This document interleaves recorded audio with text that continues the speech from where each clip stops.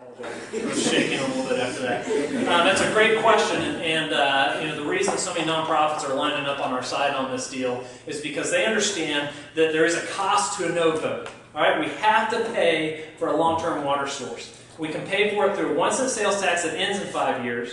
Okay, and so you're, I know a little bit about what you do, so I know you're familiar with utility assistance programs, right? They run out of money all the time. So if we don't pay for this through a sales tax, the city has said we're going to pay for it through a water rate increase. Somewhere around 22% over the next 5 years. Just to pay for this, on top of our normal water rate increases. And that, you pay in perpetuity, forever. And that's going to hit these fixed income and low income families so much harder, let alone the bus service. The low-income people in this community depend on the bus service to get to their jobs and to get to the doctor. And shrinking that thing by 25% ain't going to help anybody. We have a great leader in Steve Spade that we brought in a year ago. We're going away from the hub-and-spoke system to a grid system, and it's time to make progress on this. We can't shrink that, and the poor and the low-income people of this community rely on that. While I agree, and I hate the sales tax because it is regressive, a no vote will actually cost the low-income people more. So, thank you.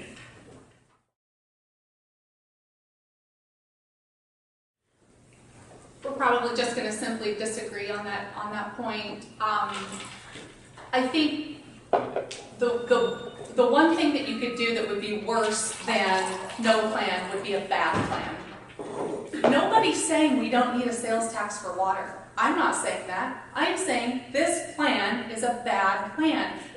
And even if maybe it's not a bad plan in your mind, it certainly hasn't been fleshed out. It certainly hasn't been over. We talk with geologists frequently, and they tell us it takes a couple of years at least to come up with a really solid water plan. Keep in mind, we've already invested $250 million into the ASR plan, and look what that's gotten us.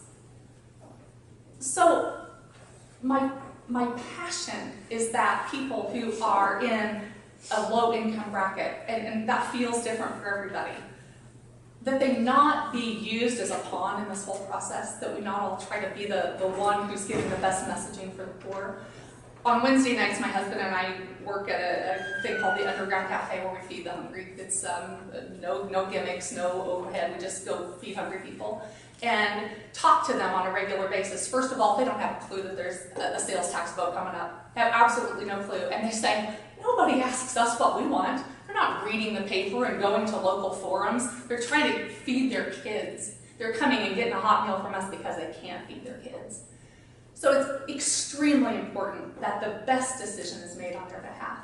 And making a poor decision is absolutely worse than their plan.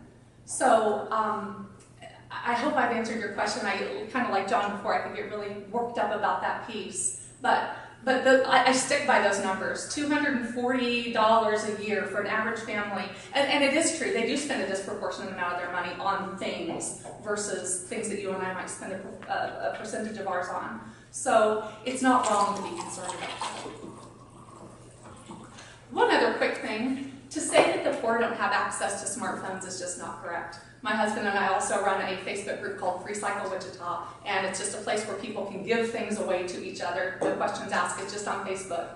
Overwhelmingly, there are lots and lots and lots of poor people, and they're just looking for things that they need from each other, and they all have smartphones and have shared with each other how they can get their smartphone too. So just to clarify.